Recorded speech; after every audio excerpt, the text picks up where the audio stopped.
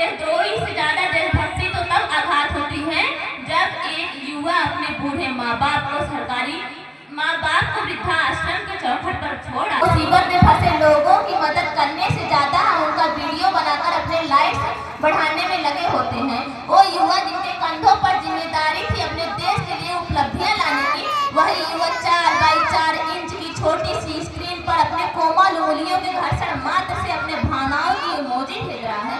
4 बोतल घूट का काम मेरा रोज का भारत का भविष्य तबाह कर रखा है।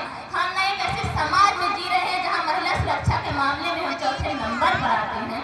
हम ना एक ऐसे समाज में जी रहे हैं जहाँ पत्थर की मूर्त को लगते हैं छप्पन भोग और भूखे तड़पते सो जाते हैं लोग, भूखे तड़पते सो जाते हैं लोग।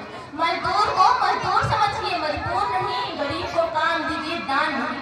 अगर आप दान देने के इतने ही इच्छुक हैं तो जीते जी रक्तदान दीजिए, मरने के बाद काम को दान देकर किसी मरते हुए को जीवन दान दीजिए। यही सच्ची देशभक्ति है, यही सच्चा राष्ट्र प्रेम है। क्योंकि ना रब मेरा है ना सरकार मेरी है, ना रब मेरा है ना सरकार मेरी है, और ना ही ये बड़ा सा नाम मेरा है। इतनी सी बात का गुरूर है मुझे, मैं भारत की हूँ और ये भारत मेरा है और ये भारत मेरा है। किंतु एक वैचारिक बीमारी मुझे मेरे समाज में नजर आती है। कहा जाता है हम बहुत बड़े लोकतंत्र हैं जहाँ हिंदू पैदा होते हैं, मुसलमान पैदा होते हैं, पर बदकिस्मती अब एक अच्छा इंसान पैदा नहीं होता। और राष्ट्र निर्माण हेतु ना हिंदू की जरूरत है ना मुसलमान की जरूरत है, केवल एक अच्छे इंसान की जरूरत है, केवल एक अच्छे इंसान की जरूरत है।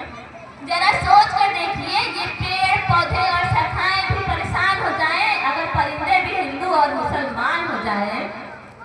इसके साथ साथ एक शैक्षिक बीमारी मुझे मेरे समाज में नजर आती है जहां हमारे देश ने तक्षशिला और नालंदा देते हुए विश्वविद्यालय शिक्षा की बुनियाद रखी, वहीं विश्व के 100 सर्वश्रेष्ठ विश्वविद्यालय में हमारा एक भी विश्वविद्यालय खड़ा नहीं हो पाता है।